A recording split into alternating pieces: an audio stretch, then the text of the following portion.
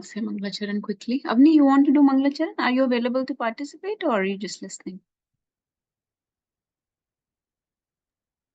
I can do Mangalacharan, but I will be mostly listening today also. Okay, sure. Go ahead. Om Jnanatimirandasya Jnanantimasrakya Chakshurunmitam Yena Tasmai Shri Gurave Namaha Shri Chaitanya Manofishram Stapitam Yena Bhutale Swaram Rupa Kalamayam Dadati Swapadantikam Vandeham Shri Guru Shri Usapadakamalam Shri Guru Vaishnavamscha Rupam Sajatam Sadhana Raghunathandikam Tam Siddhivam Sadhakam Savadukam Bhajanathokam Krishna Chaitanya Devam Sri Radha Krishna Padam Sadhana Valita Shri Vishakam Vikamsha Hey Krishna Karuna Sindhu Dinabandhu Jivapate Gopesha Gopika Kanta Radha Shanta Namastute Saptakantina Goram Ki Radhe Vrindavaneshwari Vrishabhanu Sute Devi Paramani Hari Priya Vanchakopatirusya Kripasindhikyo Evata Padipana Pavnikyo Vaishnavyo Namaha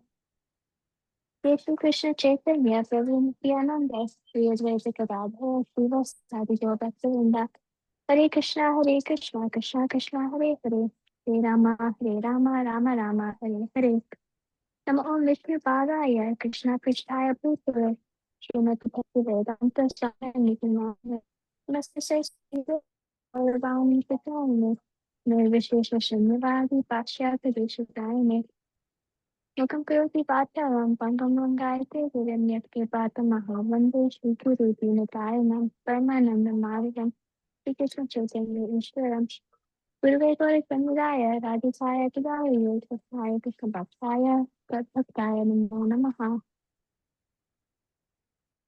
Hare Krishna, Krishna Krishna, Hare Hare, Hare Rama, Rama Rama, Hare Hare.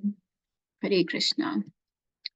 Okay, so we are reading chapter 3, Karma Yoga from Bhagavad Gita. So let's spend just 5 minutes on the recap of the chapter. We have read 12 verses so far. So chapter opened with the question from Arjun, and he was confused whether Krishna wants him to act or work versus does he want him to acquire intelligence or gyan. Okay. So because Krishna was talking a lot about buddhi, about intelligence, about being perfectly situated in the intelligence. So Arjun thought that maybe if I need to acquire intelligence, then I should give up work and just focus on getting knowledge and intelligence. I should not work. Those two don't go together. So I should renounce work and just focus on becoming a jnani. So Arjun asked Krishna, I'm getting confused or mixed signals from you. On one hand, you are saying work, but on the other hand, you are giving me the importance of intelligence or knowledge. So which one is better for me? So Krishna said, I'm asking you to work with the spirit of renunciation or with the spirit of intelligence or spirit of knowledge, meaning you work but without attachment to the results. So basically, Arjun is confused between the path of karma, which means action, which is action oriented, and path of jnana, which is gyan or renunciation oriented. You renounce the work and just focus on acquiring gyan or intelligence. So Krishna said, I don't want you to renounce, I want you to work, but I want you to work in a spirit of renunciation. So Krishna started, but Krishna did not give a direct answer. He said, yeah, so you're right. There are two types of people in this world. One type of spiritualists are the ones who engage in action or work, and that's how they purify themselves. That's how they connect to me.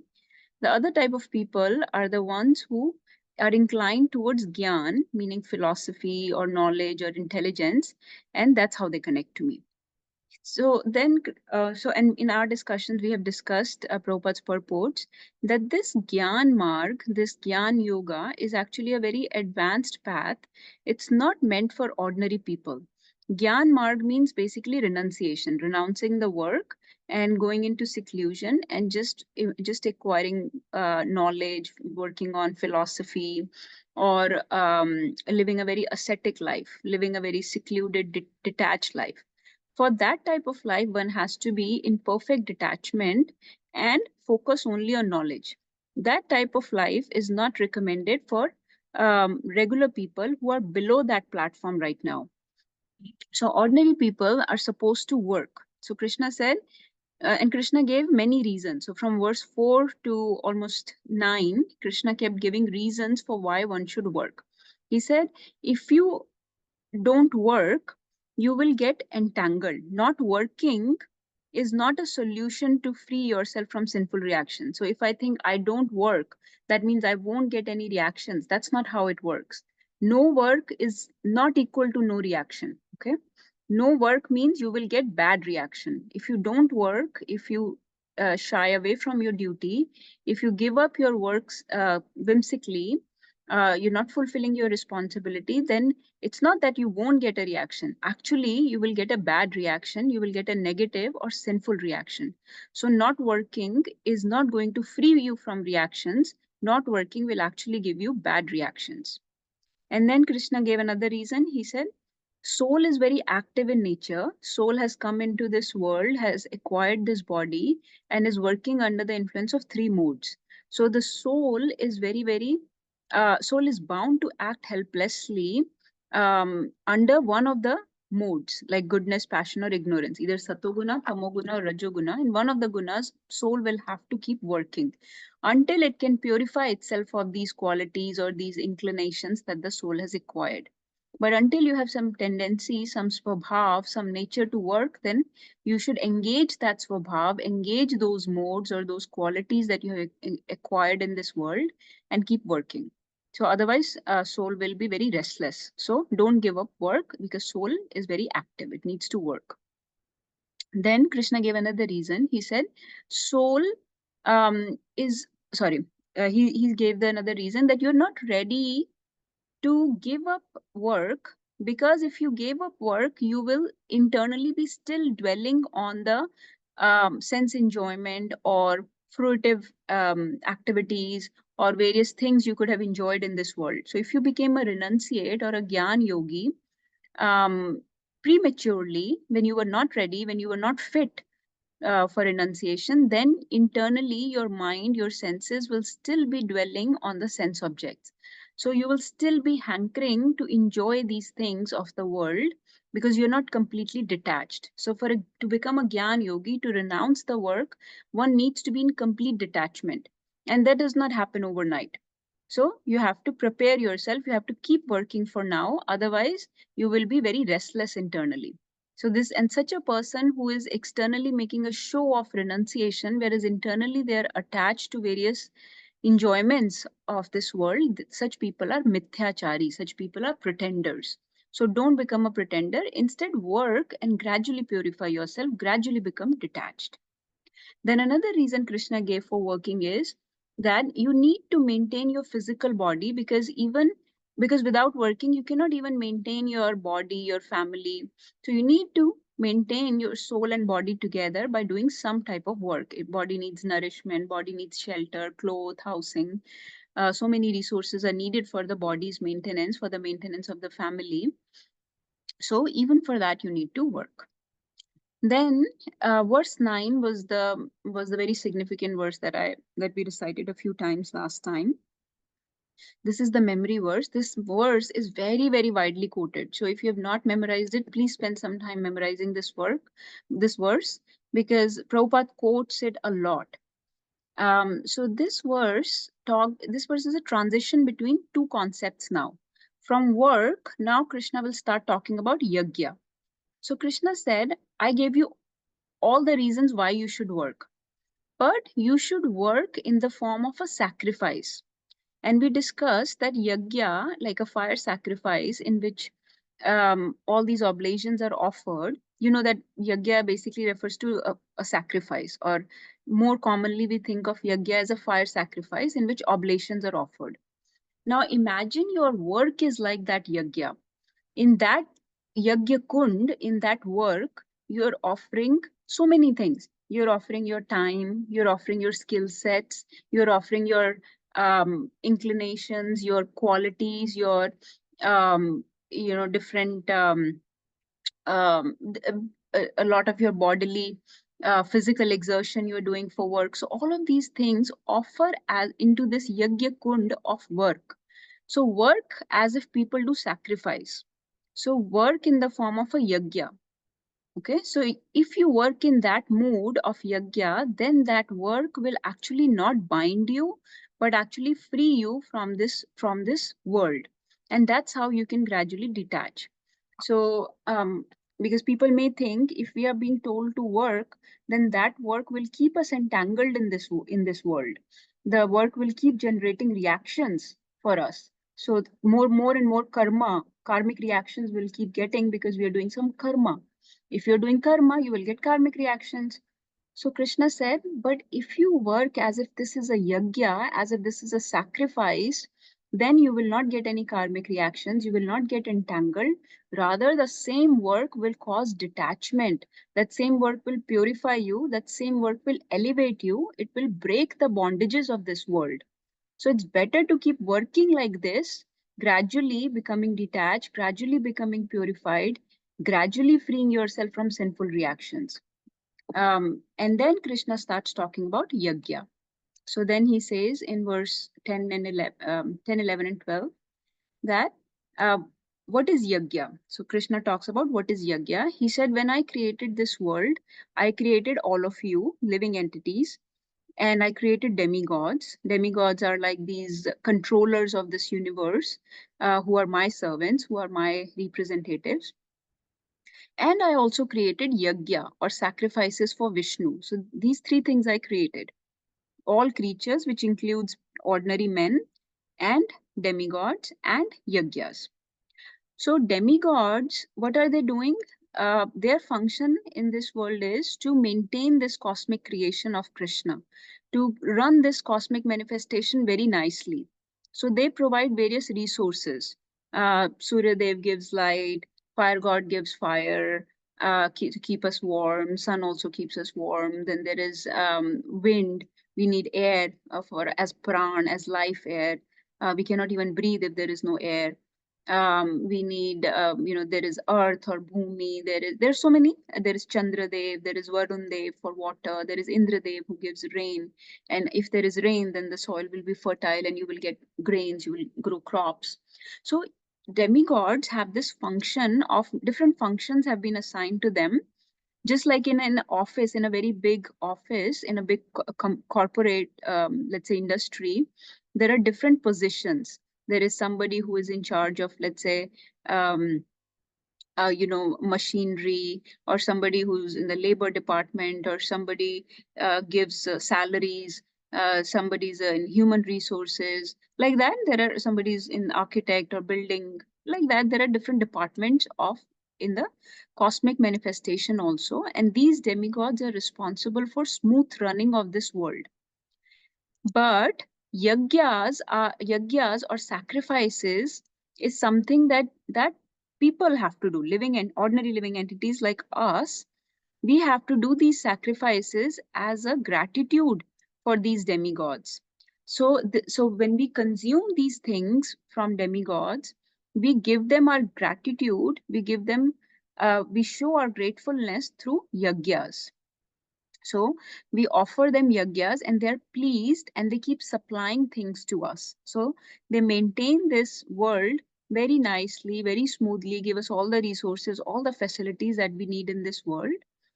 But for that, the duty of the living entities is to do these sacrifices. And Krishna, now Krishna will, I think we did 12th also, yeah. And then Krishna said, if you don't do these yajnas to please the demigods who are in charge of the various necessities of life, he who enjoys such gifts without offering them to the demigods in return is a thief, is certainly a thief. So this is where we stop. Then don't just consume things they are giving to you. They're giving you rains, grains, so much food, even meat eaters, like nobody's making anything. They're not creating these living entities that they're eating. Everybody is consuming what has been created by Krishna through his representatives. So if you don't say thanks to them, you are so ungrateful, then you are a thief. So this is where we stopped. So we have to, this is just a recap. We have to start from 3.13. Now 13 and 14 are also memory verses. Like I said, this chapter has many memory verses. 3.9 definitely should be memorized. 3.13 also if you can. So please try to memorize this also. Let's recite this. Yagyashishtashrina santo. Yagyashishtashrina santo. Muchyante sarvakil vishay. Muchyante sarvakil vishay. Bhunjate te tvagam papa. Bhunjate te tvagam papa. Ye pachantyatmakarणात्. Ye pachantya atmakarणात्. Let's do it 3 times. Yagyashishtashrina santo. Yagyashishtashrina santo. Muchyante sarvakil vishay. Muchyante sarvakil vishay. Bhunjte te tvagam papa. Bhunjte te tvagam papa. Ye pachantyatmakarणात्. Ye pachantyatmakarणात्. Once more. Yagyashishtashrina santo. Yagyashishtashrina santo. Muchyante sarvakil vishay. Muchyante sarvakil vishay. Bhunjte te tvagam papa. Bhunjte te tvagam papa. Ye pachantyatmakarणात्. Ye pachantyatmakarणात्. So just focusing on Sanskrit a little. So now, so Krishna talked about what yagyas are and what is the purpose. So who are demigods? What is the purpose of demigods? And what is the purpose of yagyas? Now, Krishna is talking specifically about eating or food as part of yagya. Remember that we talked about how work should be done as yagya, okay? Eating or food is big part of our existence, okay? So how food should be offered as yagya also. In our life, in our existence, these are the two main things we are doing. We are working meaning you can talk about your main, let's say professional work, or you can talk about your nitya duties, routine duties that you perform as part of your existence. Any work, any action should be done as a sacrifice. And the other thing that we do in our life is to sustain our body, to maintain our body, we eat. So food should also be offered as sacrifice. So work should be offered as sacrifice, just like in Yagya Kund, we offer ghee, we offer grains and mantras, and so many things are offered when we do a fire sacrifice. So similarly, when we work, we should think of our time, our skill sets, our all the frustrations that we endure while working, all the people that we have to deal with working. Think of it as a yagya kund in which I'm offering all of these things, right? I'm offering all my capabilities, qualities, talent, skills, time, bodily resources, whatnot. Similarly, food should also be offered as sacrifice. Okay, food should also be prepared and consumed in the form of a sacrifice. So Krishna says, Yagya Shishta Shina. So Yagya Shishta means food taken after performance of Yagya. Ashana means eaten. Santa means devotee. So devotees basically eat the food that has been offered as sacrifice. Muchyante sarva kilbishay. Kilbishay refers to pap or sins. Okay. Kilbishay or pap both refer to sin. So twice Krishna has talked about pap in this verse. That if the devotees eat after offering food as yagya, then all their pap or kilbishay, their sins will be relieved. They will be free from the sins. Bhunjate te tvagham papa. But those people that are eating for their enjoyment, they are eating pap. Bhunjte means they are eating, consuming pap. Ye pachanti atma karanat, who are eating for the sake of sense enjoyment.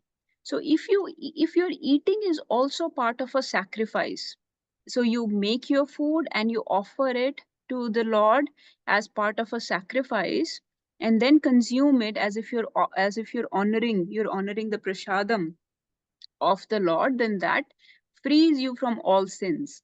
But if you just eat as part of sense enjoyment, then that binds you more, and actually that causes a lot of sins.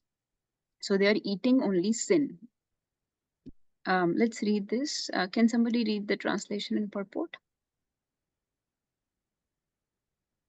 I can read, Mataji. Yes, Mataji, please.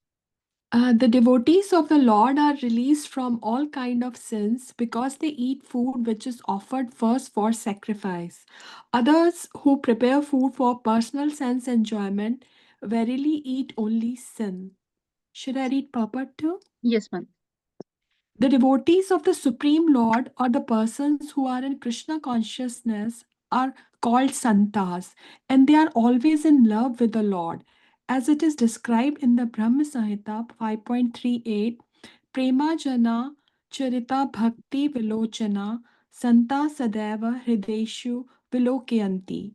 The santas being always in a compact of love with the Supreme Personality of Godhead, Govinda, the giver of all pleasures, or Mukunda, the giver of liberation, or Krishna, the all attractive person, cannot accept anything without first offering it to the Supreme Person.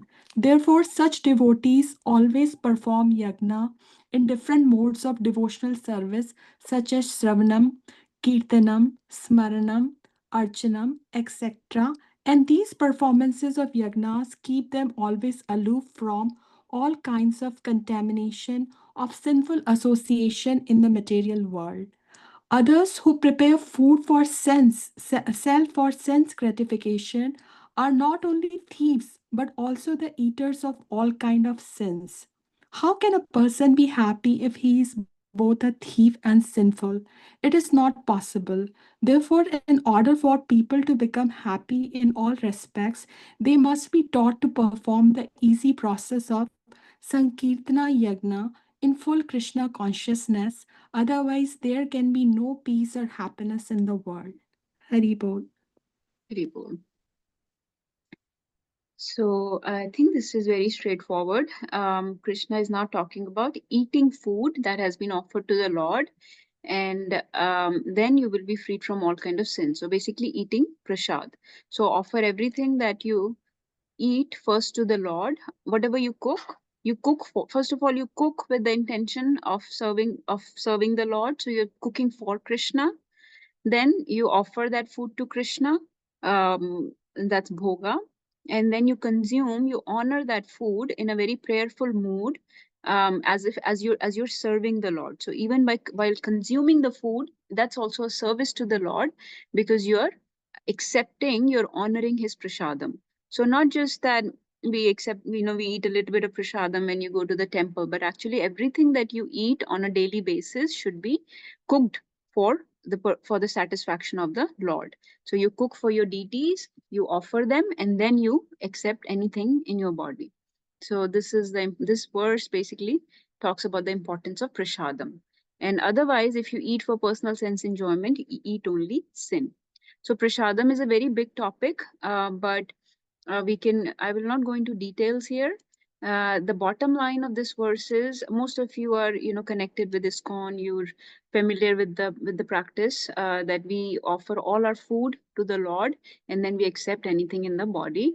And that type of food is sanctified food. It has been accepted by Krishna. It becomes prasad, and then it purifies not only the body, but more importantly, the consciousness. And gradually, one starts getting elevated because they are accepting the sanctified food in their body. And the glory of prasadam is very difficult for me to summarize in these few minutes here. So if you have any questions, ask me separately, or we can have a separate discussion. But the bottom line is, from today itself, just whatever you cook, start offering to the Lord. Whatever dal, roti, salad, fruits, doodh, whatever you're eating, breakfast, lunch, dinner, offer to the Lord. There are certain practices that you have to follow. You don't offer any of objectionable objects like onion, garlic, meat, etc. to the Lord, of course. You don't taste the food while offering, sorry, while cooking. Cook in a very prayerful mood, and with focus, with absorption, just like we do any work. Similarly, food should be cooked also in a very prayerful mood, and then it should be offered to the Lord, and then it should be accepted by the family members. So that's just the basics, the gist of it. But from today itself, have no doubts about this, that the prasad will have immediate impact on your consciousness and will immediately start purifying you, start elevating you, start removing your sins, and start bringing start re-invoking the love of Krishna in your heart. So have no doubts about it. It will have, this is one thing that will have immediate impact. So if you've not taken up that practice yet, please start.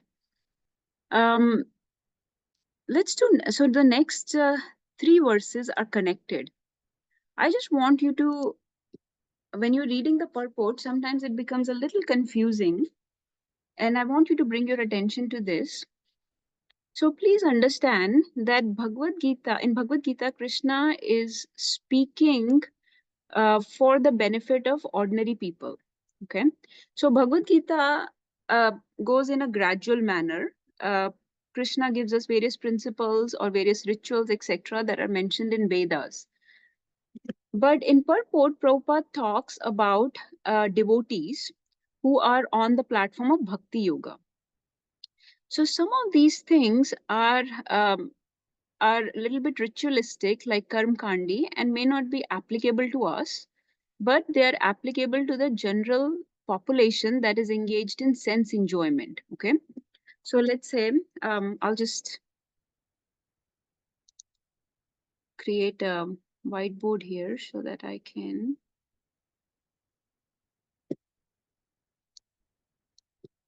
so that we can understand these purports better, because sometimes we get confused between, we are practicing some aspect of devotional service, so we get confused on what we need to do.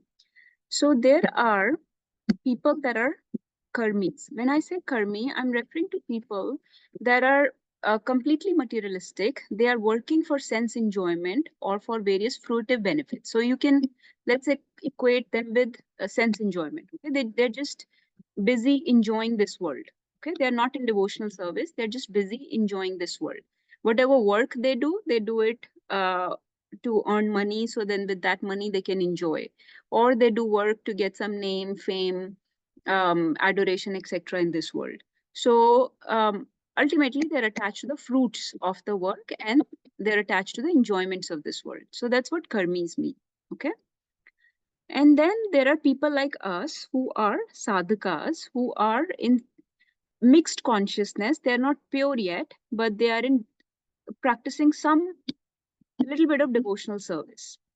So Prabhupada gives us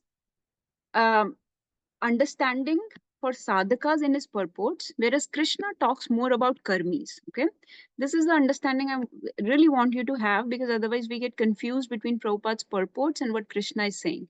Krishna is talking more for karmis, whereas all of us here are actually sadhakas. We are not really karmi. So we are trying to work for Krishna. Okay, we are trying to work for Krishna. We are not trying really to just work for sense enjoyment. We are not pure, but we are doing some portion of work for Krishna, okay, for his satisfaction. So when Krishna talks about karmis, he talks about yagyas, okay, meaning that since they are working only for sense enjoyment, they will get very bad sinful reactions. They will get a lot of pap.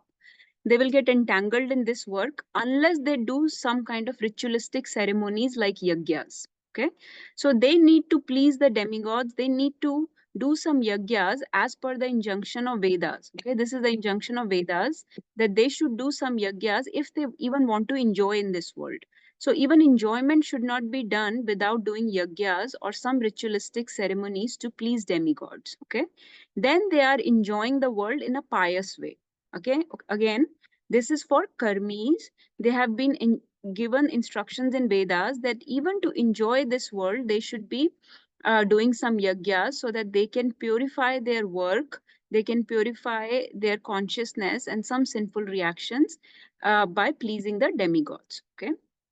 When Prabhupada talks in his purport, he starts mentioning about let's say various aspects of devotional service. Just like in this verse, Prabhupada talked about 9 limbs of devotional service, which is Shravanam, Kirtanam, Smaranam. So this is our yajna. Okay, so we are not necessarily engaging in karm kandi ritualistic ceremonies mentioned in Vedas to please the demigods, but we are engaged in 9 limbs of devotional service.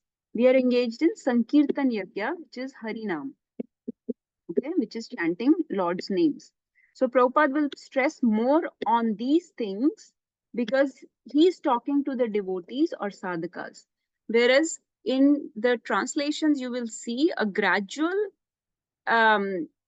understanding given by Krishna more for the enjoyers of this world, the people that are attached to the sense enjoyments of this world. So this is just one distinction I really wanted to clarify.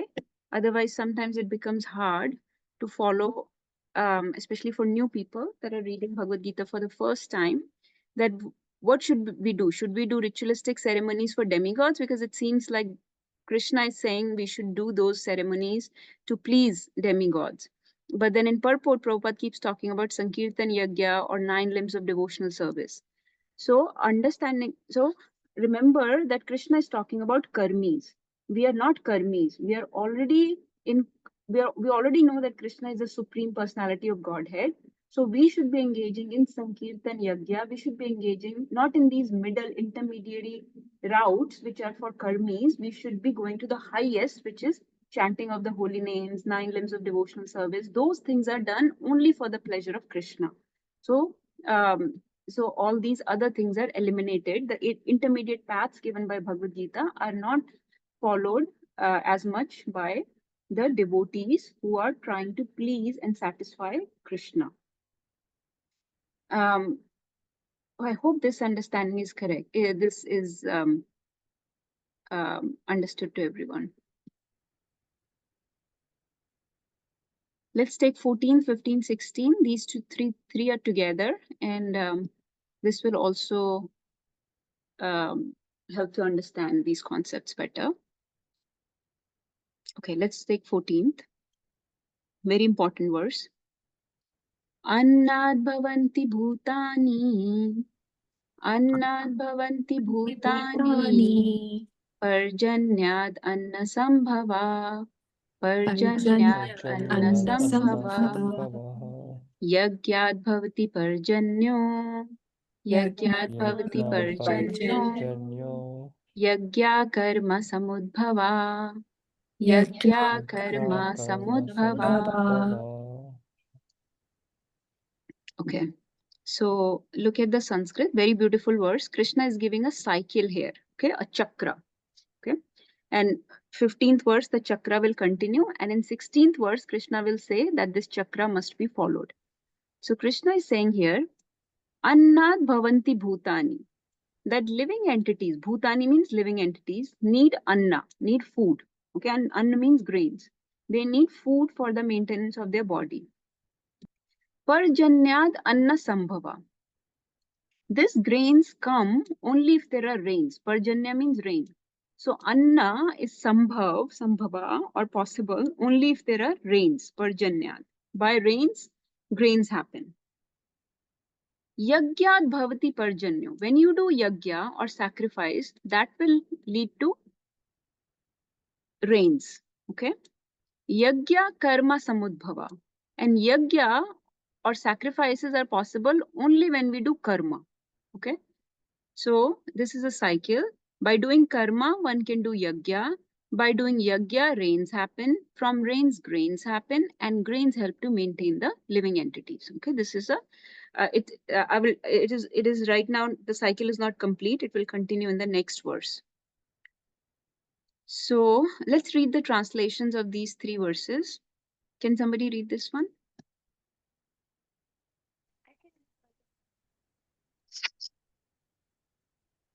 Okay, translation. All living bodies subsist on food grains which are produced from rains. Rains are produced by performance of yagya, sacrifice, and yagya is born of prescribed duties. Okay. Let's read next one also. And Mataji, you can continue for that. Karma brahmodbhavam vidhi. Karma brahmodbhavam vidhi. Vidhi Brahma akshara samudbhavam. Brahma Brahma akshara samudbhavam. Aksharamudbhavam Tasmat sarvagatam Brahma. Tasmat Tat sarvagatam Brahma. Sarvagatam Brahma Nityam yagye pratishtitam. Nityam yagye Nityam Yajne pratishtitam. Pratishtitam. So then the cycle continues.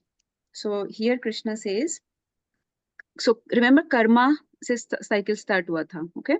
So karma leads to yagya, yagya leads to rains, rains lead to grains, grains lead to maintenance of living entities. So but where does karma come from? Karma brahmodbhavam vidhi. So Krishna says, Arjun, you must know. Vidhi means you must know. Brahmodbhavam karma. Karma has been mentioned in Brahma. Brahma means Vedas. Okay, so Brahma word comes in this verse 3 times. The first 2 times this Brahma is referring to Vedas. Karma is mentioned in Vedas. So Krishna says, you must know that karma is coming from Vedas. Brahma Akshara Samudbhavam. And Brahma Akshar, where is that coming from? Samudbhavam? It is coming from Akshar. Akshara means something that cannot be destroyed. Kshara means something that can be destroyed. Akshara means something that cannot be destroyed. So Akshara refers to Supreme Lord. So Brahma or Vedas come from Akshara. Brahma Akshara Samudbhavam. Brahma or Vedas originate from Supreme Lord. So basically everything is starting from Supreme Lord. Supreme Lord say Vedas aaye. Vedas give karma. Karma gives yagya. Yagya gives rains. Rains give grains. Grains maintain the living entities. Tasmat sarva gatam brahma. So that's why if you um, um, that's why he said all the yagya is actually situated in Brahma, and here Brahma refers to Supreme Lord. Sarvagatam means all pervasive Brahma, so it refers to Brahman or Supreme Lord. That all these yagya is, that's why it's situated in Supreme Lord. Okay, so it means it's the will of the Supreme Lord that you should do yagya.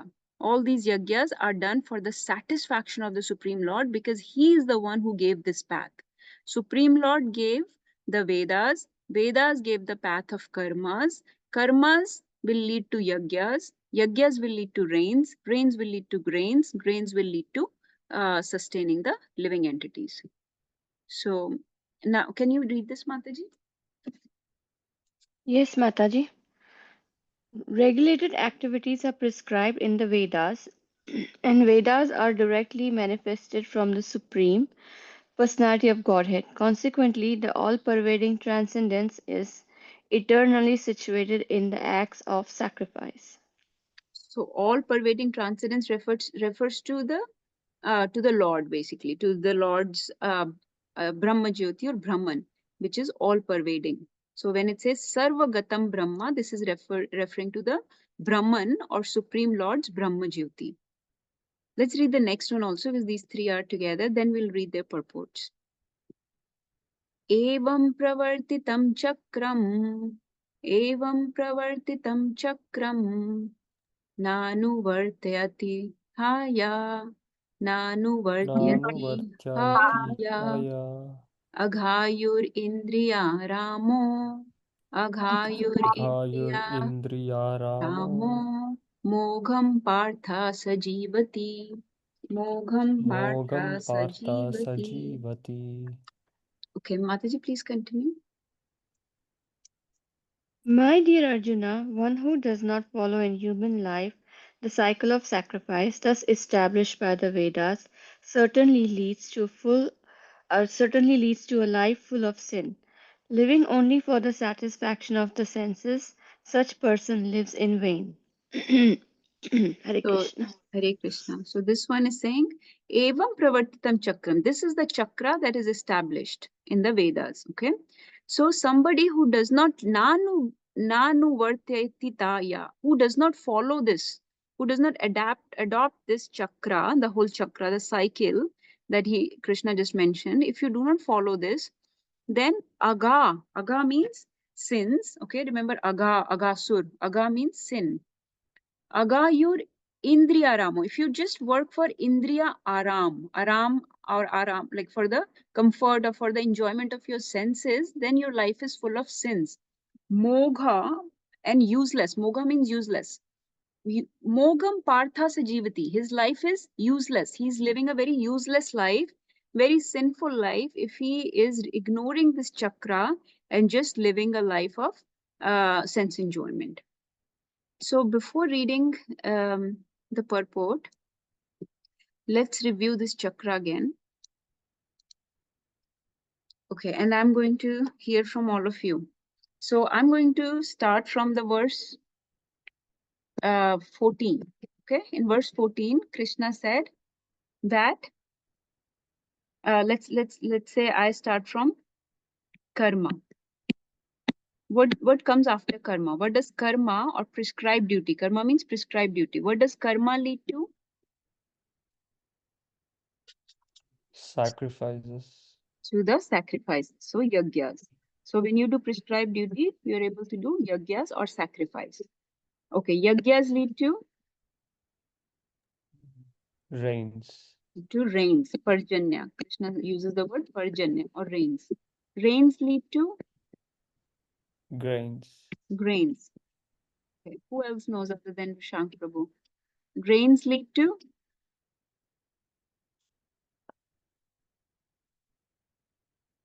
why do we eat grains? Okay, Prabhu, go ahead. We eat grains for bhutani, Krishna says. So for the Maintenance? for the maintenance of our body. So for the living entities, right? So you can say for the maintenance of the body of the living entities.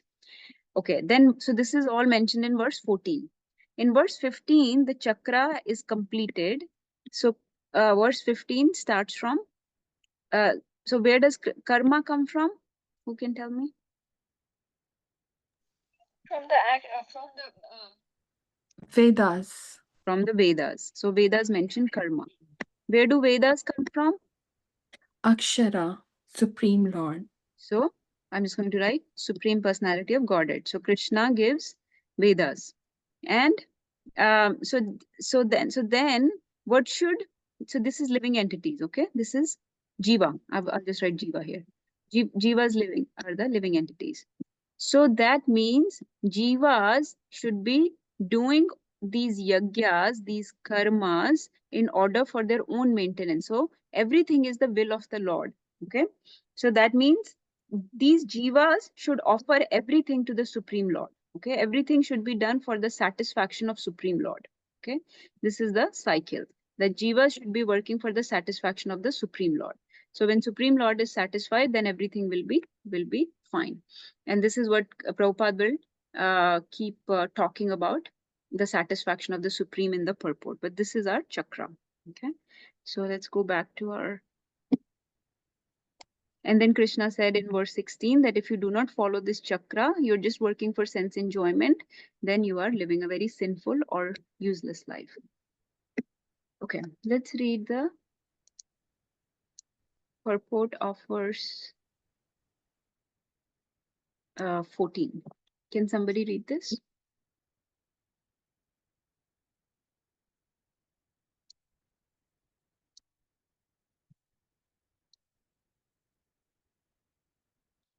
Puja Mataji, you want to read? Srila Baladev. Yeah, I can read Mataji.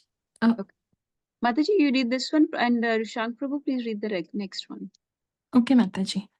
Srila Baldev Vidyabhushna, a great commemorator on the Bhagavad Gita, writes as follows: Ye Indriya Agarna You Vastitam can skip this, Yagna. Mataji. It's a long. Okay, okay. Okay, Mataji. The Supreme Lord, who is known as the Yagna Purusha or the personal beneficiary of all sacrifices, is the master of all the demigods, who serve him as the different limbs of the body serve the whole. Demigods like Indra, Chandra, and Varuna are appointed officers who manage material affairs, and the Vedas direct sacrifices to satisfy these demigods so that they may be pleased to supply air, light, and water sufficiently to produce food grains. When Lord Krishna is worshipped, the demigods, who are different limb of the Lord, are also automatically worshipped. Therefore, there is no separate need to worship the demigods. For this reason, the devotees of the Lord who are in Krishna consciousness offer food to Krishna and then eat, a process which nourishes the body spiritually. By such action, not only are past sinful reactions in the body vanquished, but the body becomes immunized to all contamination of material nature. When there is an epidemic disease, an antiseptic vaccine protects a person from the attack of such an epidemic. Similarly, food offered to Lord Vishnu and then taken by us makes us sufficiently resistant to material affection, and one who is accustomed to such this practice is called a devotee of the Lord. Therefore, a person in Krishna consciousness who eats only food offered to Krishna can counteract all reactions of past material infections, which are impediments to the progress of self realization. On the other hand, one who does not do so continues to increase the volume of sinful action, and this prepares the next body to resemble hogs and dogs to suffer the resultant reaction of the sins. The material world is full of contaminations, and one who is immunized by accepting prasadam of the Lord, food offered to Vishnu, is saved from the attack, whereas one who does not do so becomes subjected to contamination. Food grains or vegetables are factually eatables. The human being ate different kind of food grains, vegetables, fruits, etc. And the animals eat the refuse of the food grains and vegetables, grass, plants, etc. Human beings who are accustomed to eating meat and flesh must also depend on the production of vegetation in order to eat the animals. Therefore, ultimately, we have to depend on the production of the field and not on the production of big factories. The field production is due to sufficient rain from the sky, and such rains are controlled by demigods like Indra, sun, moon, etc. And they are all servants of the Lord. The Lord can be satisfied by sacrifices, therefore, one who cannot perform them will find himself in scarcity. That is the law of nature. Yagna, specifically the Sankirtan Yagna, prescribed for this age, must therefore be performed to save us at least from scarcity of food supply. Hari Krishna. Hare Krishna. So I think this tells you the importance of prasadam. Beautiful purport by Prabhupada. I really like that Prabhupada keeps comparing it to a vaccine to get immunized from all contaminations of material nature. So not only that prasadam is like an antiseptic that kills the material disease, the already all the sinful reactions that we have accumulated, they get eradicated, but also the tendency to commit sinful reactions and the tendency to get attracted towards material world, towards its enjoyments, this enjoyer mentality slowly gets purified also. So one becomes immunized because so if that's why these are the two things that if we can um, adopt in our life. One is Harinam, chanting of holy names, and one is Prasadam, offering Prasadam to the Lord. Then we are really wearing this armor of Krishna consciousness, and you can go into the battlefield of this world and nothing will affect you. Nobody can lure you, nobody can tempt you towards various enjoyments of this world because you have this armor of Harinam and Prasadam. So you become immunized to all the contaminations of material nature. So no matter your own anarthas get destroyed, your own unwanted qualities, your unwanted unworthy desires get eradicated, get purified. Your consciousness gets purified. The desire to perform more and more service, more and more spiritual activities increases. The desire to engage with the world decreases. So all these things start happening by getting this vaccine of prasadam and Harinam. So, but this verse is mostly focusing on the prasadam. So that's why Prabhupada is saying over and over again that your reactions of past material infections are destroyed. So whatever infection you have in the body will get destroyed, which are all impediments to the progress of self-realization. Plus, you will be immune to any attractions or temptations of the world also.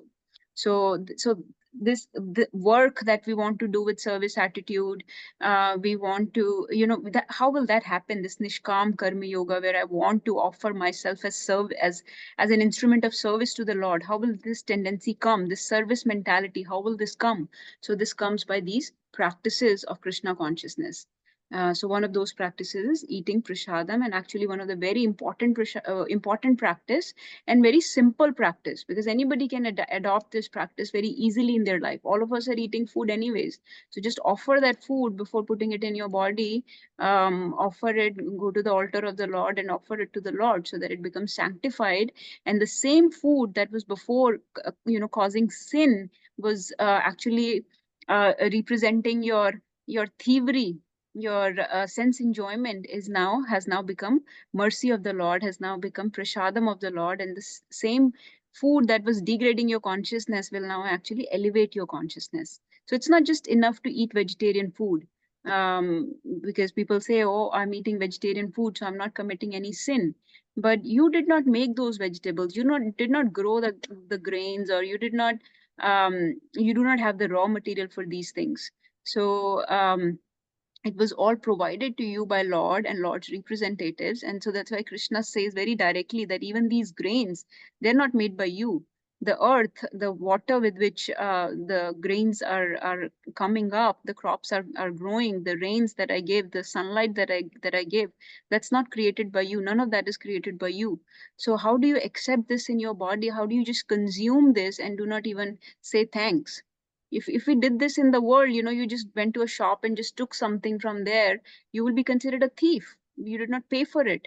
So now in Krishna's world, we are taking all these things, we're just consuming for our enjoyment and not even paying for these things. We're not even offering our gratefulness or gratitude.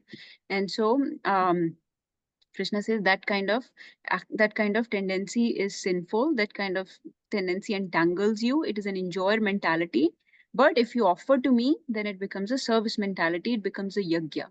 So food as form of yajna has been described in these two, 13th and 14th verse. But in 14th verse, Krishna gives this chakra, that this chakra actually leads to Krishna, which says that you can that this is my will, this is my wish, and I have given my wishes, my desire, my instructions through Vedas. So since I created the Vedas, whatever Vedas say, that should be done. And Vedas say to do karma, and when you do karma, then yajnas will be possible.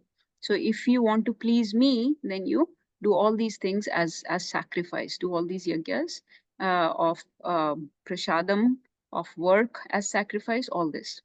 And then in purports, Prabhupada talks about offering things directly to Krishna, and through Sankirtan Yajna, through 9 limbs of devotional service, by offering food to the Lord, and through various spiritual activities, you can please the Lord, satisfy the Lord directly also.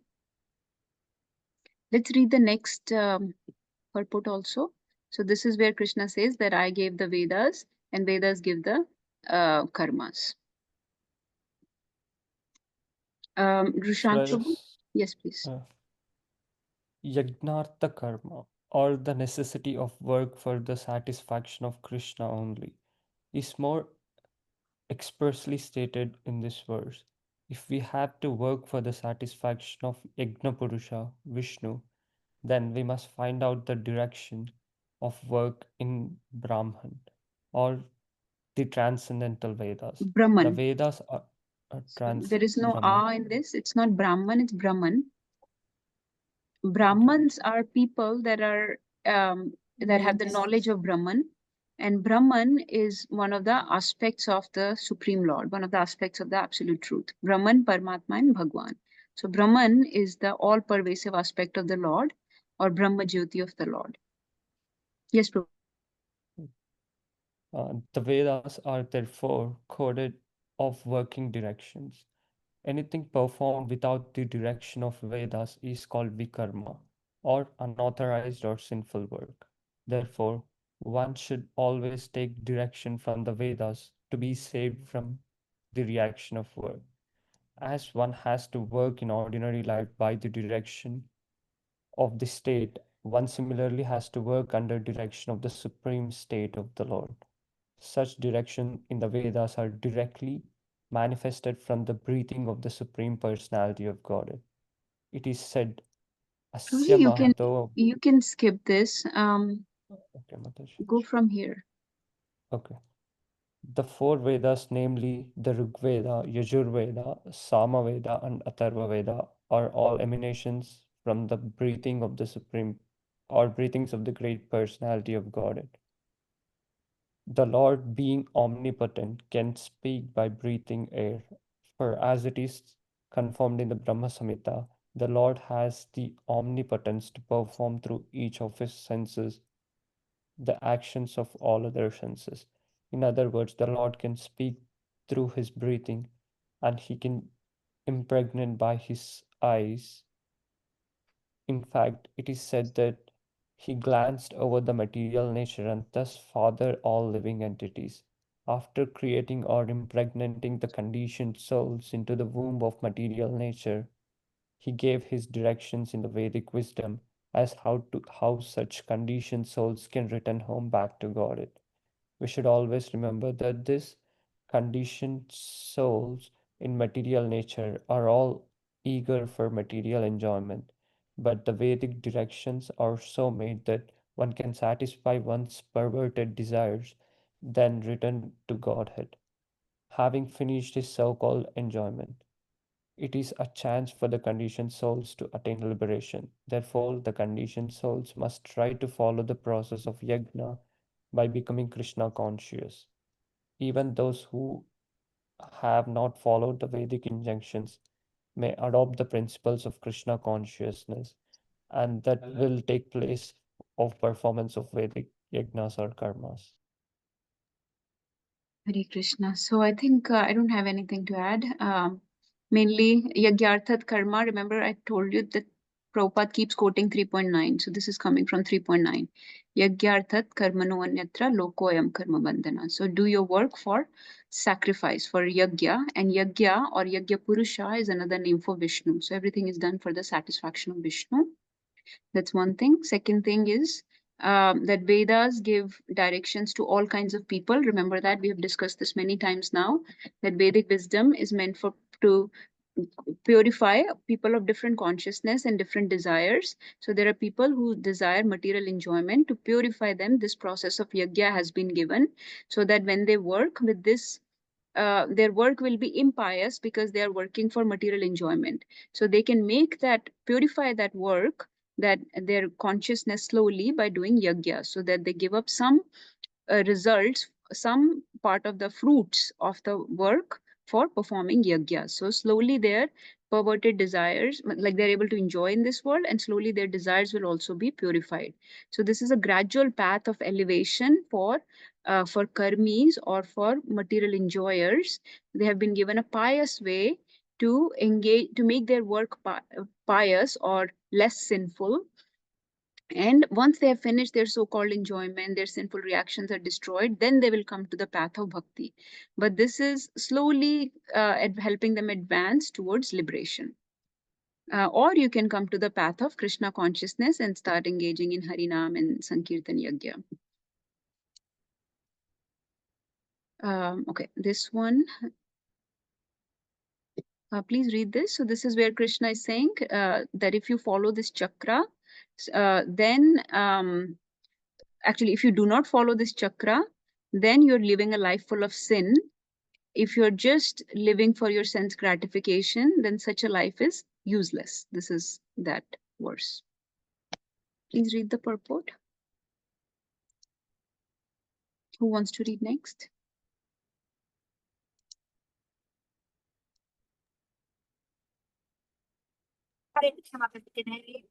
Yes, Madhu. The Maimonides philosophy of work very hard and enjoy sense gratification is condemned herein by the Lord.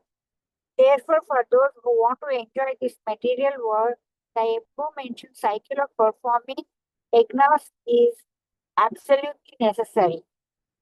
One who does not follow such regulations is living a very risky life, being condemned for more and more. By nature's law, this human form of life is specifically meant for self-realization in either of the three ways, namely Karma Yoga, Jnana Yoga, or Bhakti Yoga. There is no necessity of rigidly following the performances of the prescribed yajnas for the transcendentalists who are above vice and virtue. But those who are engaged in sense gratification require purification by the above mentioned cycle of yajna performances. There are different kinds of activities. Those who are not Krishna conscious are certainly engaged in sensory consciousness. Therefore, they need to execute pious work. The yajna system is planned in such a way that sensory conscious persons may satisfy their desires without becoming entangled in the reaction of sense gratificatory work. The prosperity of the world depends not on our own efforts, but on the background arrangement of the Supreme Lord, directly carried out by the demigods. Therefore, the yajnas are directly aimed at the particular demigods mentioned in the Vedas. Indirectly, it is a practice of Krishna consciousness because when one masters the performance of yajnas, one is sure to become Krishna conscious. But if by performing yajnas one does not become Krishna conscious, such principles are counted as only moral course. One should not, therefore, limit his progress only to the point of moral course, but should transcend them to attain Krishna consciousness. Very good.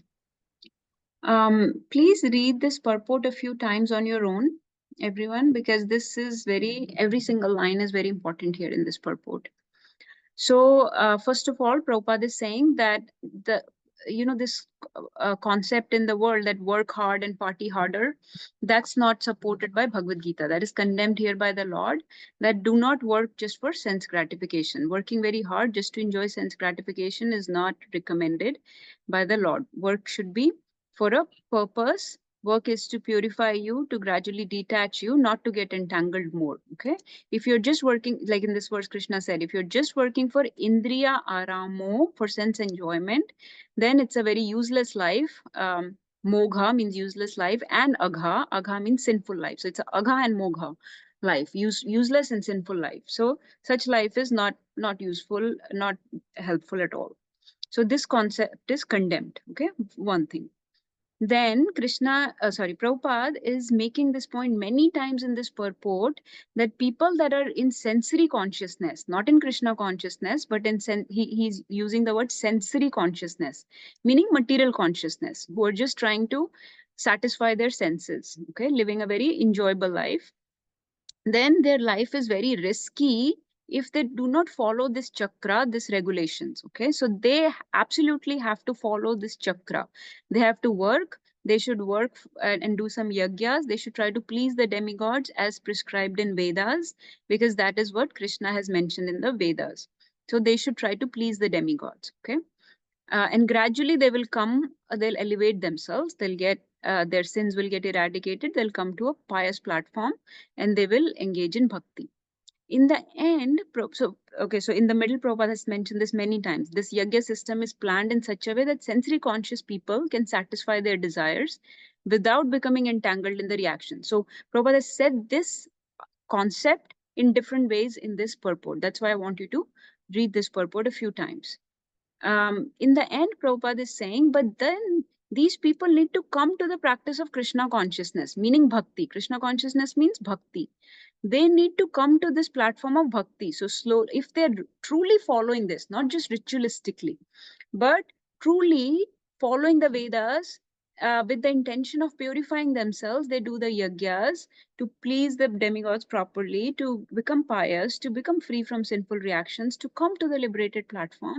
Then one day they will come to the path of Krishna consciousness or path of bhakti.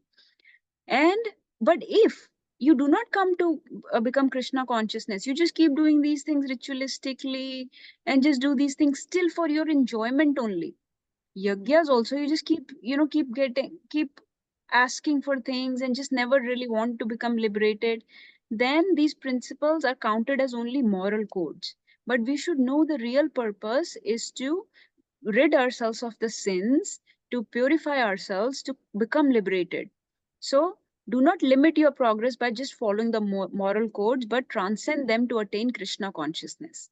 So do not do these things ritualistically, understand the purpose behind them, and uh, elevate yourself, and then come to the path of bhakti or Krishna consciousness. But yagya system has been, this structure has been given by Krishna, this cycle, this chakra has been given for people who are in sensory consciousness, who just want to enjoy. They have a lot of desires, lot of enjoy tendencies. Now, Mataji?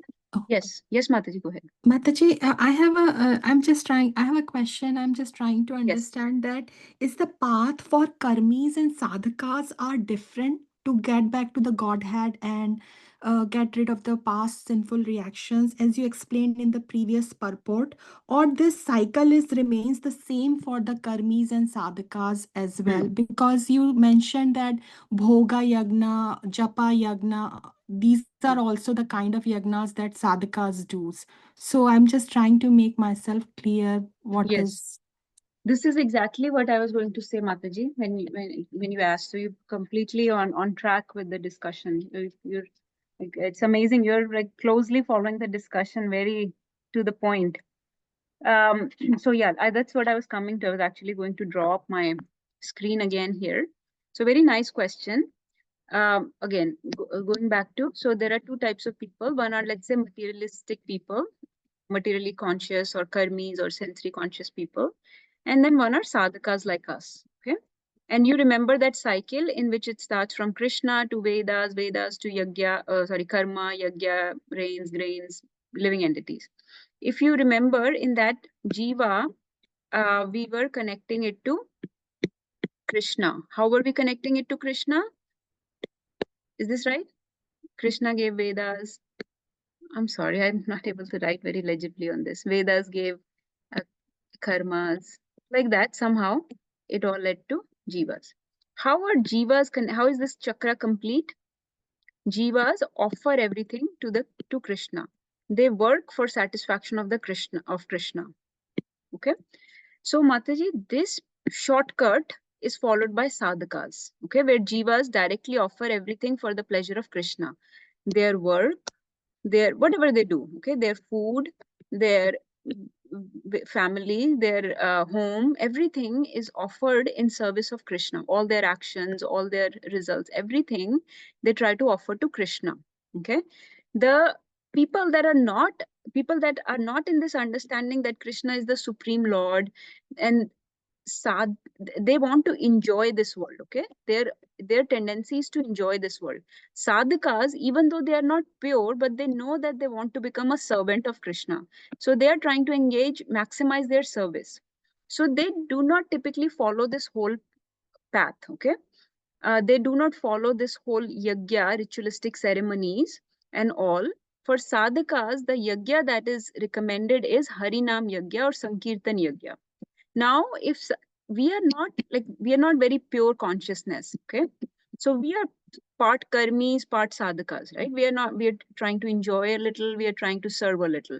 Still, once we have at least this much basic understanding that Krishna is the supreme Lord, that the goal of life is to satisfy Krishna, goal of life is to become servant of Krishna, then we can accept this shortcut given by Prabhupada, given by Chaitanya Mahaprabhu, where we just take to the holy names, we just start offering prasad or offering bhoga to the Lord, and start reading, hearing, associating with devotees um, to to engage more and more in the service of Krishna. So these ritualistic ceremonies mentioned in the Vedas can be skipped. Plus, this is a harder path. This needs a lot of purity. This needs these type of yagyas are difficult to perform in this age. So Sankirtan Yagya is more recommended, like we discussed last time. This is the prescribed yagya of this age. But people that are not trying to become servant of Krishna, that are not engaging in various services or spiritual activities, they're just enjoying, they're not really engaged in any services. Those people, they should try to purify their work somehow. So they arrange yagyas, they, offer, they invite brahmanas, they sponsor or fund these type of ceremonies in the temples or at their home. So for them, this is recommended. Is that somewhat clear? Yes, Mataji. Yes, Mataji. It makes sense to me now. And by yagnas for karmis, you mean the ritualistic ceremonies they perform in temples or like fire sacrifices they do, right? It is different from sadhakas. For their yagna Yes. means the bhoga through work, through services, through family, whatever they can do in order to please the sense gratification of the Lord, not of him themselves. Yes, Mataji. Ji, Definitely. That's ji, the ji. correct understanding. Thank you, Mataji. Thank you. Now let me switch because Krishna is switching the topic now. Okay. I don't think we have time to go deep into this, but now Krishna will talk about from verse 17. He's going back to the original question of Arjuna, that should I give up work? So Krishna will tell us who does not need to work. Okay. Now again, come back to our classification of karmis and people like us who are trying, who are struggling. Okay. And this will make next 3-4 verses very clear if you understand this. Okay. So for karmis, people that want to enjoy this world, work is a must. Okay, according to that cycle. Unless they work, they cannot do yagyas. Unless they do yagyas, there will not be rains, grains. The whole cycle will break.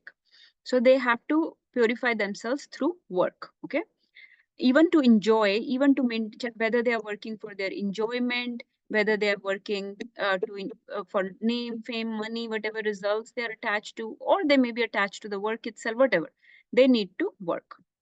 Sadhakas are at different levels of advancement. Okay, so let's say we take our Krishna consciousness movement. Most people are in mixed consciousness. They are not very pure. There are very few people who are in pure consciousness. People that are devotees, let's say people like us, they also need to work. Okay, but their work is not for enjoyment or for results. Their work is to please Krishna. Their work is for satisfaction of Krishna. They may struggle in this. They may struggle in working just for pleasing Krishna, but at least they are struggling. They know that's the goal for working. Okay, that we have to please, we have to satisfy Krishna, we have to do it as a service, as a yagya for Krishna. So this still they're struggling, but they're trying to work for Krishna. Also, devotees have to work to set an example for other people. So they do not just willy-nilly give work up. Okay, they have to set an example for other people, for these people, so that they don't give up work. So they also keep working and set an example. Okay, so they work for service of Krishna. Of course, they are getting purified as well. All those other benefits that Krishna mentioned, working for maintenance of body, working to keep the soul engaged because soul is restless. Work will slowly cause detachment, will cause freedom from sinful reactions. All those things are there. All those reasons are there. But devotees try to work mainly for service of Krishna, and also Krishna will say that devotees should work to set an example. So he will give an example of Janak Maharaj, father of Mother Sita, that he is a devotee, but he's working to set an example. He does not need to work, but he's in pure consciousness, yet he is working to set an example. Pure people are very rare. They are the ones that can take sannyas. But unless you have been given sannyas, you should work at least to set an example.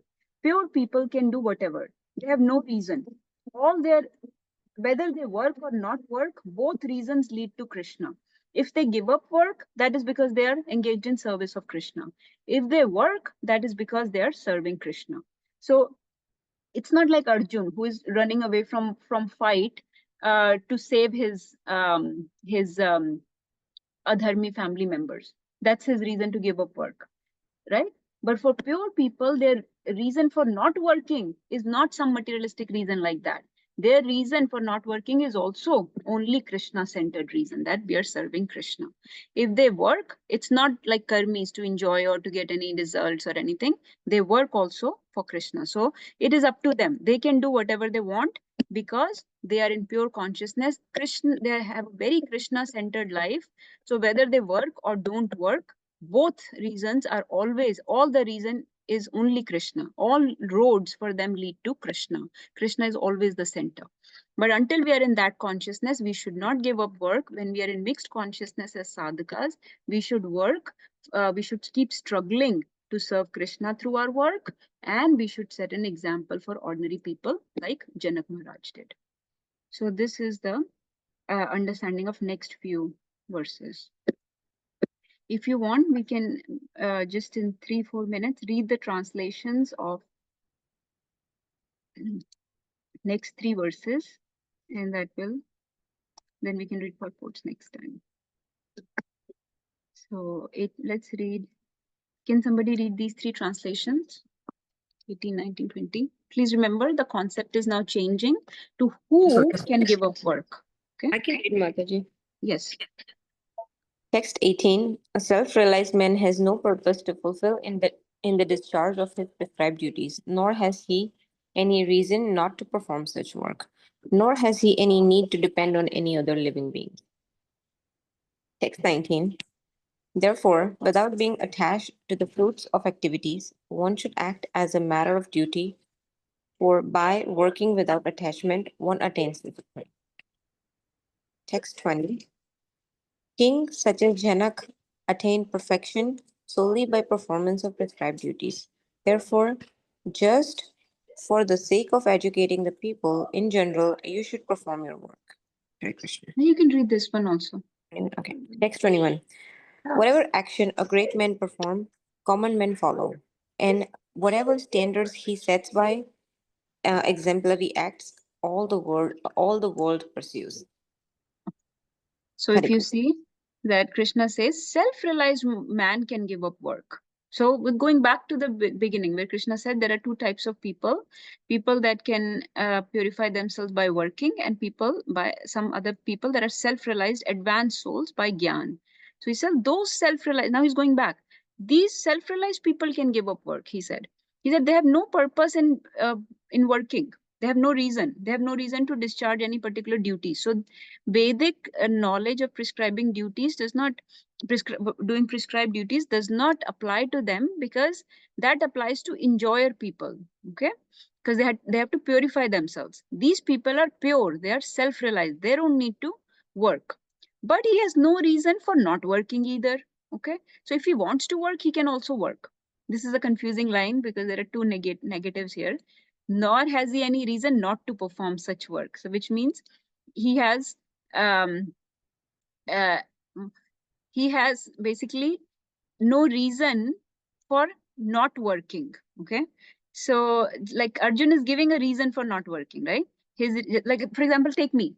My reason for not working will be, oh, I'm very frustrated with my work. My work is very inconvenient. I have to get up in the morning. I have to deal with difficult people at my work. So I will not work. So I have some reasons. I have material reasons for not working. But self-realized people do not have such material reasons for not working, okay? If they are not working, they're so detached, they do not have any material reason for either working or not working. That's what Krishna is saying. My reason for working is I want money, I have to maintain my body, I want to enjoy certain things, or I have to occupy my time, or I'm very restless. So I have some material reasons for working. And when I don't want to work, also for that also I have some material reasons.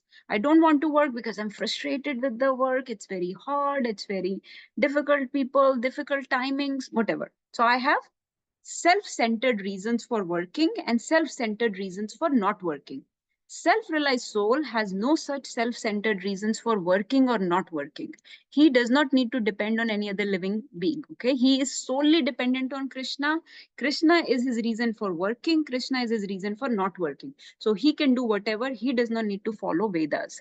He does not need to follow those injunctions. But he follows those injunctions sometimes to show the path to ordinary people, because ordinary people, that's why people are so against sannyasis, yeah, against gurus and sadhus, right? How they are just a strain on the society. They always condemn them. They don't understand their consciousness. Their consciousness is not like your consciousness. They're not self-centered. They're Krishna centered. So if they are not working, there is a reason to that. So you cannot condemn them for not working. You need to work because you have to purify yourself. They don't need to work because they are serving some higher purpose or desire of Krishna by not working. So, but sometimes to set example, that's why a lot of sadhus, a lot of self-realized people also perform prescribed duties. And here Krishna is giving an example of Janak Maharaj. So, to keep other people on the path of Vedas, to keep other people engaged in their prescribed duties, so that I may be very completely detached, but this other person needs to work to become detached. So I don't want him to start following me. Okay, if that person can give up work, I can also give up work. But no, there is difference in consciousness of these two people. Janak Maharaj is not working from self-centered point of view. Mataji, can I interrupt you, please? Yes, Mataji, please go ahead. Mataji, how can the work be a sense or a reason for the detachment when, if it is not done in a mood of renunciation or with a purpose of detachment in itself? How can work be a source of detachment in itself? I'm not getting it. Yes, very nice question. So you're again coming back to that point. When devotees work, they try to work with the spirit of renunciation, right? With the spirit of service. So that, like you said, that will help to detach them slowly because they're struggling.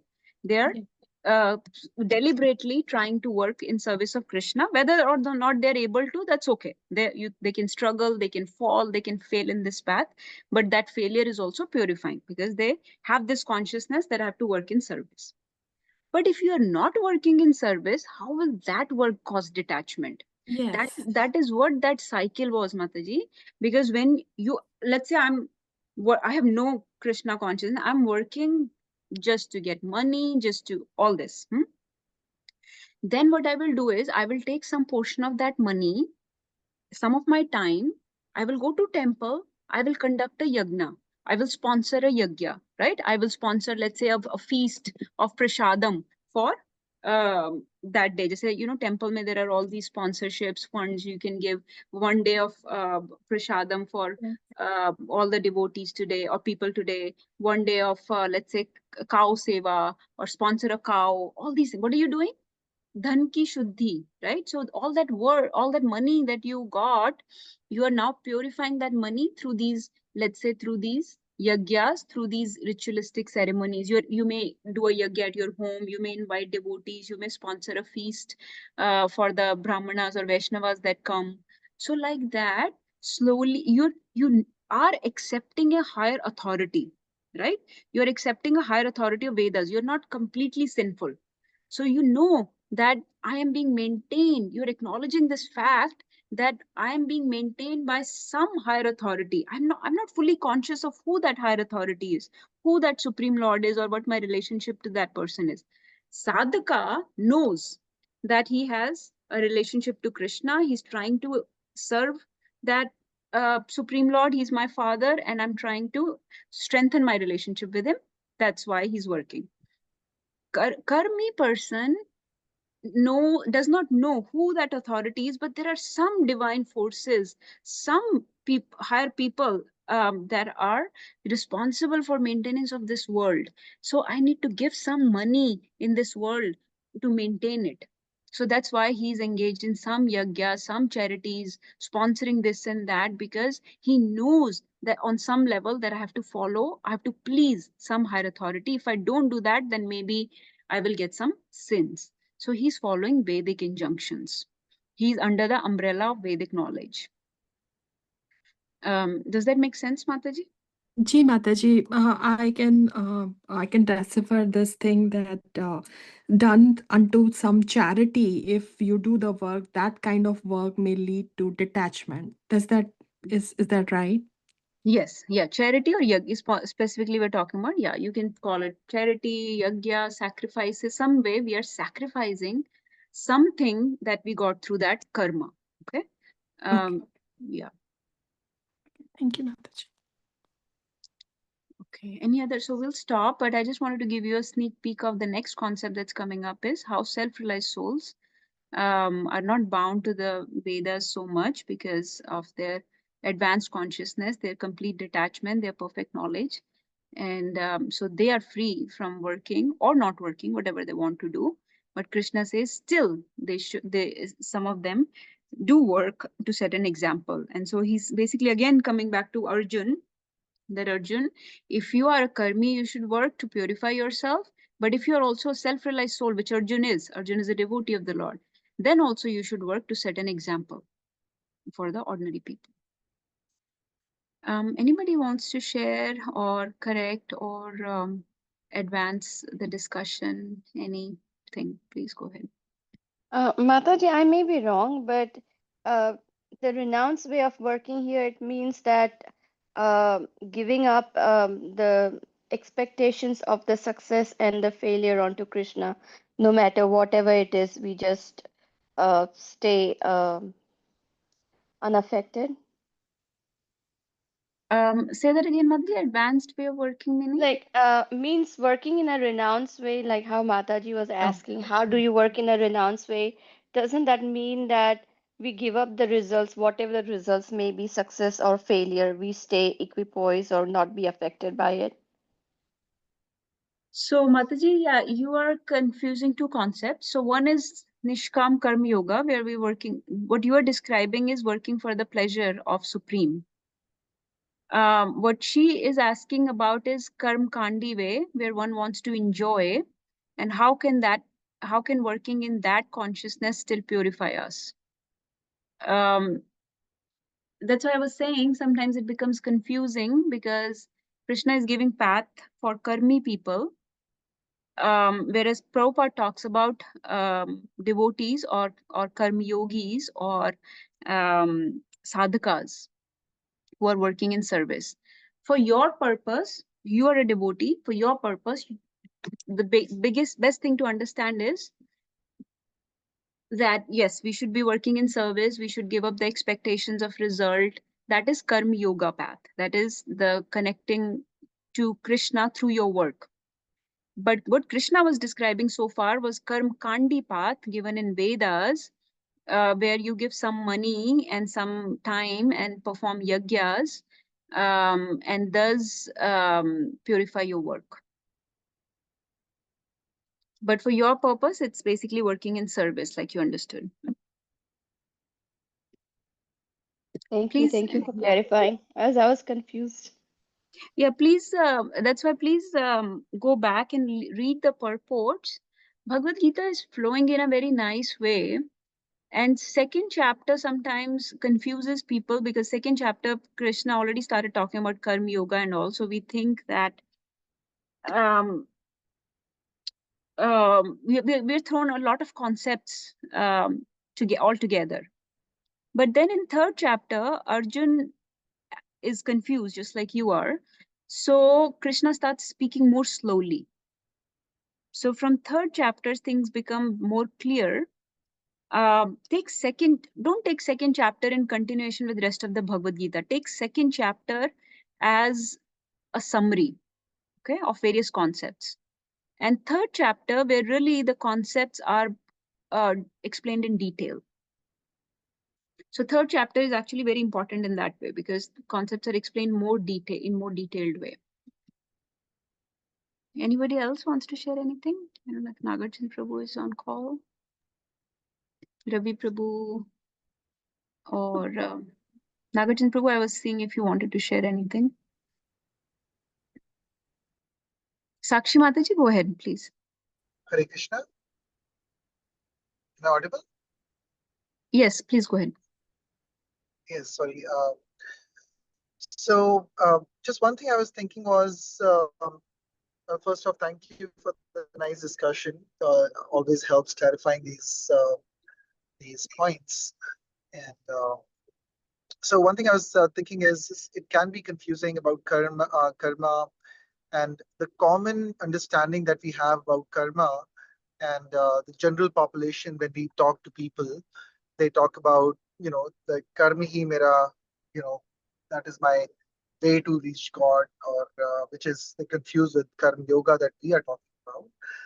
Uh, so I was thinking of a couple of examples, right, from Bhagavad Gita and the situation of Mahabharata, where we can see how people were doing their karma, but they were on the side of adharma, because we see all these great people like Karna, we see Dronacharya, we see actually in the past time, basically Bhishma also, who are following their karma, but that led them to oppose Krishna, to be on the opposite side of Krishna.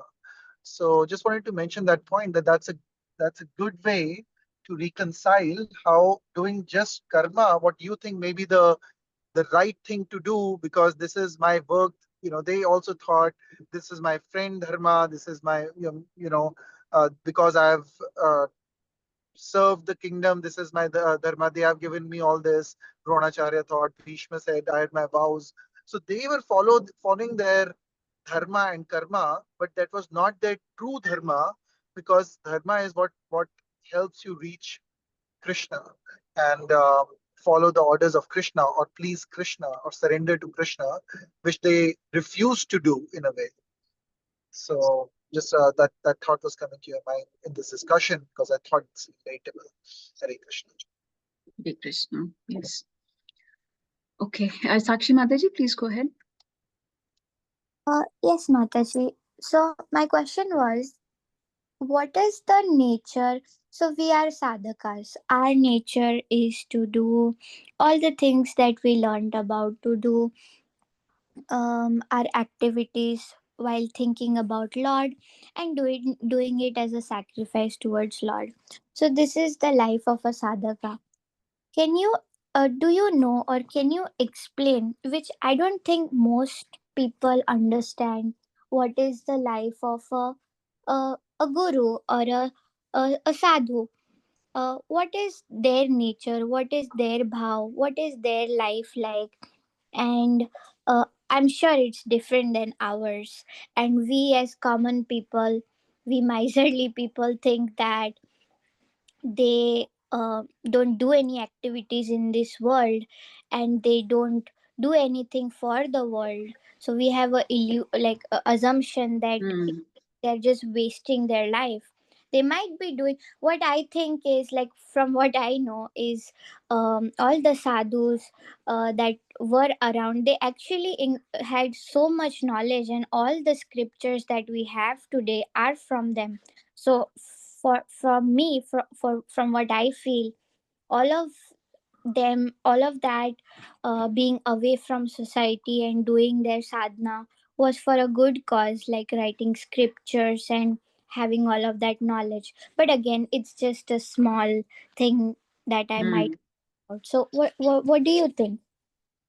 Wow, what an amazing question, Mataji. It's so perfect. It's a common question actually, because we get this a lot from people. They have this perception that sadhus or brahmanas who are not working in day-to-day life, or not, they're somehow not contributing to the society, they're not earning money, so they're just living off the society. People are supporting them, and they're not contributing to the economic development.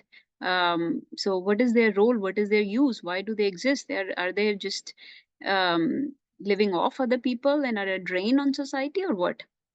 So, so Mataji, understanding is the true sadhu, a true spiritualist, a true pure Krishna conscious devotee who is, let's say, a sannyasi who is not working. So, in any let's say, a soldier. Let's compare it to a soldier. Okay, a soldier goes to the battlefield and is protecting the country, right?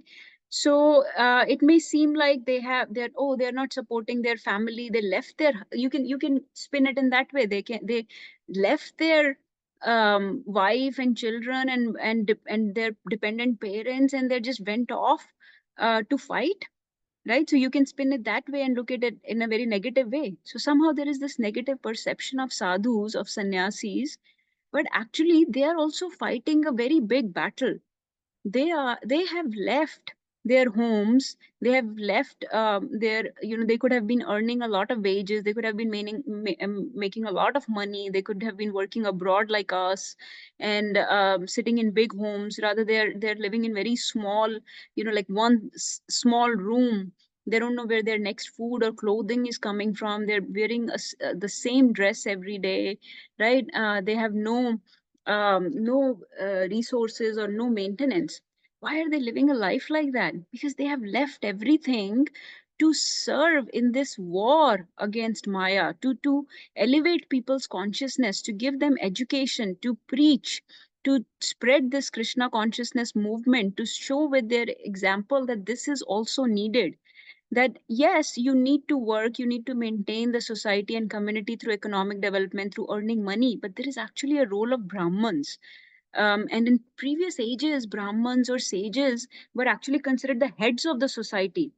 They were not considered a drain on the society. They were not working, but they were the heads of the society. They were advising the kings with their advanced knowledge. They would guide the kings whether you should fight this war or not, whether you should, collect this amount of taxes, or in this way you should deal with this particular kingdom or with this particular king. What should be your dealings like? What should be your conduct like? Whether you should get married, whether how to conduct themselves.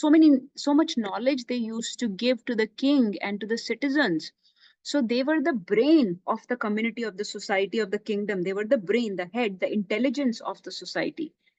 But now we are acting on a very menial platform where we just think from a gross standpoint that we just need to maintain our bodies, and whoever contributes to that maintenance is valuable to the society. But we don't need to nourish our consciousness, we don't need to nourish our intelligence, we don't need spiritual intelligence or scriptural understanding. So people that have that, all that, are waste, or are have no value. They cannot contribute in any way. But actually their contribution is to our consciousness, to our minds, to our spirituality. They contribute to the ultimate purpose of our life. They center us back. They preach so that we understand that rest of the things that we do in this world are actually to lead us to the ultimate goal of liberation, ultimate goal of relationship with Krishna, service to Krishna. They bring us back to that center. So we are not utilizing this resource, actually the resource of sadhus and sannyasis and Krishna conscious people that are there in the society. Because why? Because they're not making money, or they're not contributing to the economic development of the society.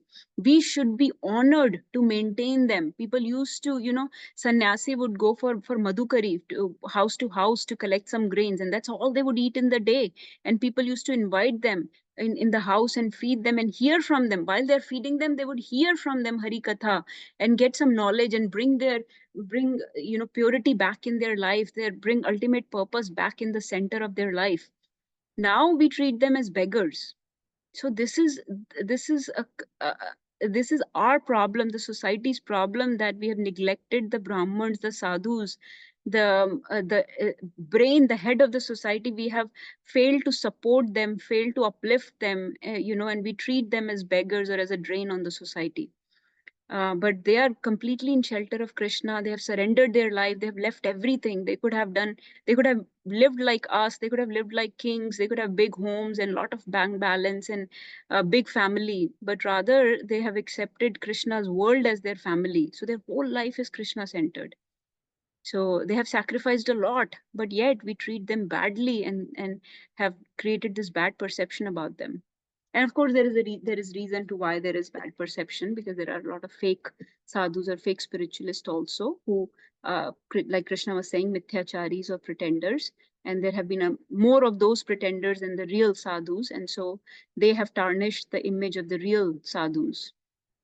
those that give up their work prematurely before they were completely detached. They gave it up prematurely, so they were still attached to sense gratification. So those people exploit the society's women or wealth and whatnot. So those people have tarnished the image of sadhus in Kali Yuga. But in previous ages, their image, their level, their reputation was, their treatment was much different. Their understanding, their perception was much different. Does that answer, Mataji, to some extent? Yes, yes, definitely it does. But furthermore, I was just curious, like, you just mentioned in earlier times there used to be the sages used to help the society by preaching to them and inculcating the knowledge. Then, now that society has changed, do all sadhus preach? Do all Yes, uh, Mataji. okay. So I understood your question. I'll answer very quickly because I think people are starting to leave. So this is a very nice topic that you've started, and it demands proper justice to it, but I'll just answer quickly. So Mataji, I don't know about other traditions. I'll only speak about ISKCON or Krishna consciousness movement. Okay. As I was saying in the last class, sannyas is not recommended for Kali Yuga. Okay. In Krishna consciousness movement, we follow the line of Chaitanya Mahaprabhu. Okay, Chaitanya Mahaprabhu himself took sannyas. He took sannyas. He is none other than Krishna himself. He took sannyas for the purpose of preaching. Okay, so sannyas in Krishna consciousness is given for the purpose of preaching. Before so there have been many sannyasis that take Baba Vesh or that do their sadhana in isolation in dhams and all. But after Prabhupada, and we are now more strictly following the line of Prabhupada, after Prabhupada especially, Prabhupada's instruction is to preach, okay? Wherever we may have to be to preach, that's where we are, okay? We don't need to go to dham to preach. We don't need to take sannyas to preach. But if somebody is considered very qualified or very fit to take sannyas and they will preach, then they are given sannyas. So in our tradition, it's a preaching movement, and sannyas is given for preaching to very advanced, very qualified, very rare souls that are considered fit by a very big governing body, a very advanced group of devotees who qualify a certain rare soul that is fit to preach and fit to take sannyas. So yes, in our tradition, the movement that we follow, sannyas is given only for preaching, and preaching is in the center. I will not speak for other traditions or other movements. Before Prabhupada, there have been many devotees, many Vaishnavas, very, very advanced Vaishnavas who are in the line of Mahaprabhu but have taken sannyas and accepted what is called Baba Vesh, where they live in Dham and do their isolated sadhana. This was not very much recommended after Prabhupada, and actually even by Prabhupada's own guru, Srila Bhaktisiddhanta Saraswati Maharaj also did not recommend Baba Vesh. He's very famously has instructed not to accept Baba Vesh anymore. So where one just does sadhana but not preaching. But so now sannyas is taken for preaching only. Does that answer, Mataji? Yes, Mataji, it's very interesting topic. We'll talk more later on this. Lot to know about it. Thank you so much. Hare Krishna. Sure. Thank you, Mataji, for such interesting questions. I will stop the call now because we have really exceeded the time. Thank you so much for joining. Srimad Bhagavad Gita ki jai. Jagat Guru Srila Prabhupada ki jai. Mancha Kaltarubhyascha Kripa Sindhubevacha Patitanam Pavanebhyo Vaishnavebhyo Namo Namah Gurve Gaurachandraya Radhikaya Tadalaya Krishnaya Krishna Bhaktaya Tad Bhaktaya Namo Namah. All glories to the assembled devotees. All glories, all glories, all glories.